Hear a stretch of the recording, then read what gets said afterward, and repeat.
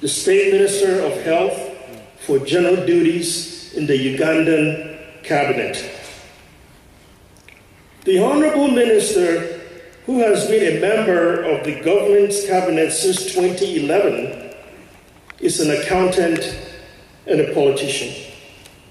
But more importantly, she is a true public servant with a long history of exemplary public service to Uganda at the district level as well as the federal levels of government.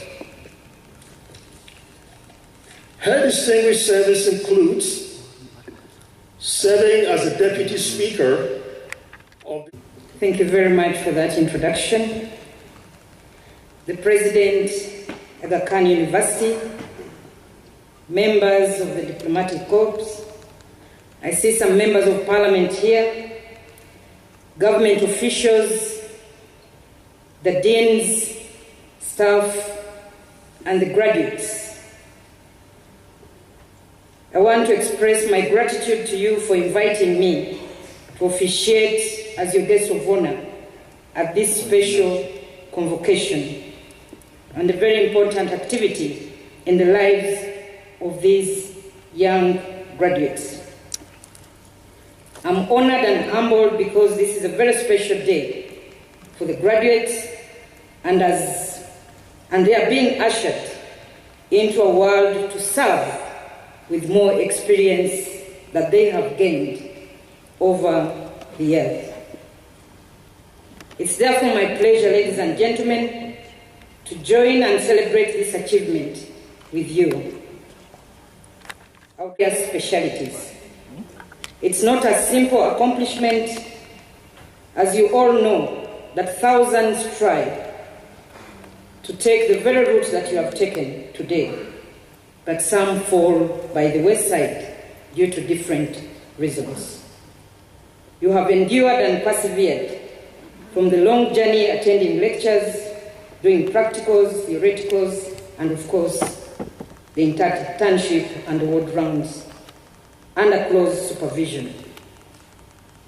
I would also like, ladies and gentlemen, in a special way, to thank the Agha University Institute for the educational development for the various programs initiated to train students, head teachers, and other educators in Uganda and within the East African region, an action that has greatly impacted positively on Uganda's education system. I will not forget the lecturers, the teachers, the tutors, for the central role that you have played in the lives of the graduates and, of course, even those who were there before them. You have nurtured and imparted knowledge, and without you, definitely would not be here today. Thank you very much for the great work. To the graduates, after graduation, you are supposed to carry on with your career and, of course, practice what you have learned. As you all know, the rate of unemployment is high in the country, but not so high in the medical field. Uganda still needs health workers with various skills, and as government, we are doing everything possible to increase the wage bill so that we can recruit as many health workers as possible. The staffing level on average stands at 69%. We need to raise this to at least 90% if we are to improve on the quality of care and also equip the health facilities.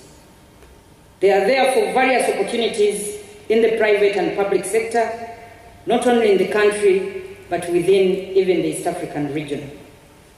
You are all aware that the doctor-to-patient ratio in the country is still high, at 1 to 24,000, and that for the nurse to the patient stands at 1 to about 11,000. I'm aware of the big challenge that we are still facing, and that is of remunerating our health workers, and I also want to assure you of government's commitment to increase the salaries of the health workers in this country.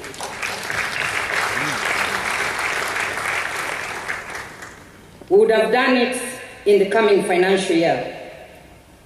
But due to resource constraints, we may do it in a phased manner. And of course, we appeal to our health workers to understand that the ultimate goal is to put all of you at par. But we can't handle at a go.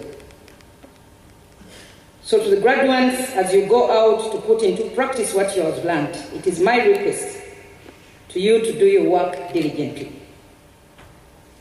Do your work diligently with love. Teaching and nursing, I often say, is a call. It's a call to serve humanity.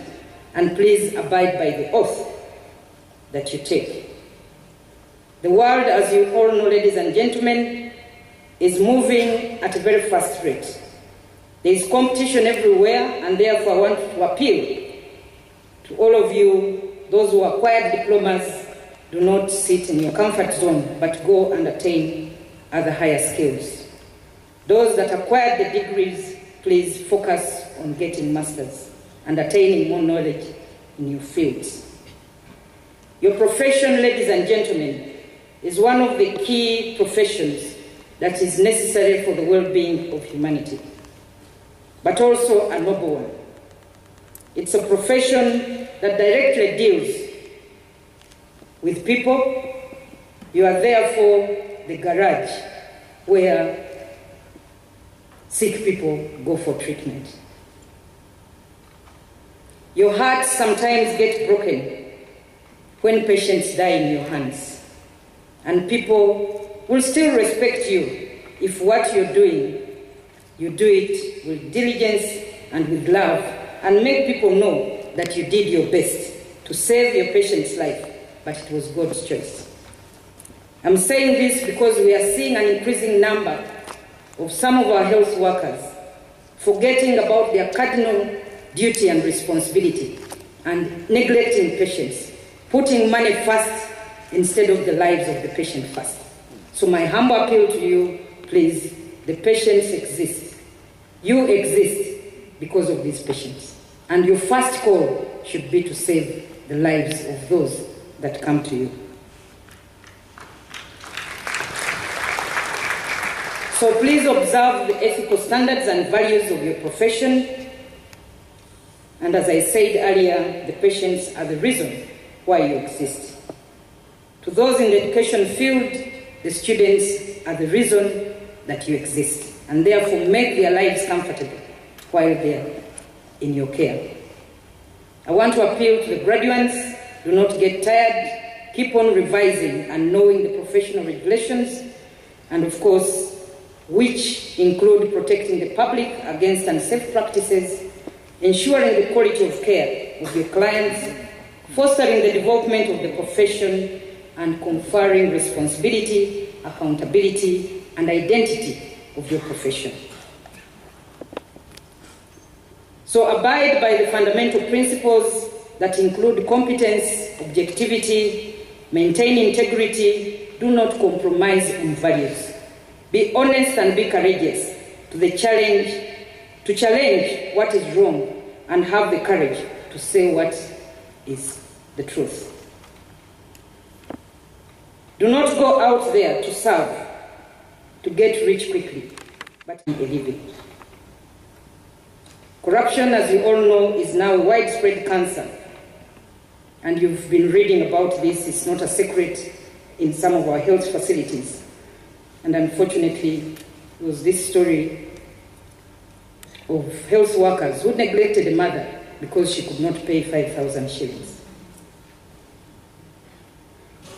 You are also aware of the other challenge that we are facing in some of our educational institutions, where students are given grades that they don't deserve. And that is why some graduates do not even know the basics when they are out in the field. I'm happy to state that we have not received any such graduates from the Agha University. And I want to commend you for keeping up for this, and please keep up with the academic standards. The Agha University leadership and promoters want the health sector.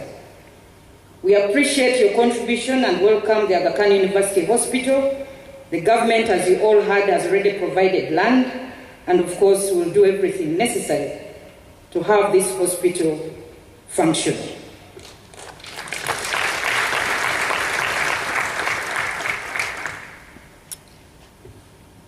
As I come to the end of my speech, ladies and gentlemen, I want to congratulate once again the parents who are here with us. I even got some people from my district I didn't know. Their success is your success. It is a known fact that the medical courses are among the most expensive courses in our universities. But though expensive, you have made the best decision and sacrifice to further your education. To the graduates, please do not forget your parents. You forewent some luxuries as parents to contribute to the education of your children. As Colin Powell said, a dream doesn't become a reality through magic. It takes sweat, determination, and hard work. One of the greatest physicians who worked selflessly to contain the Ebola outbreak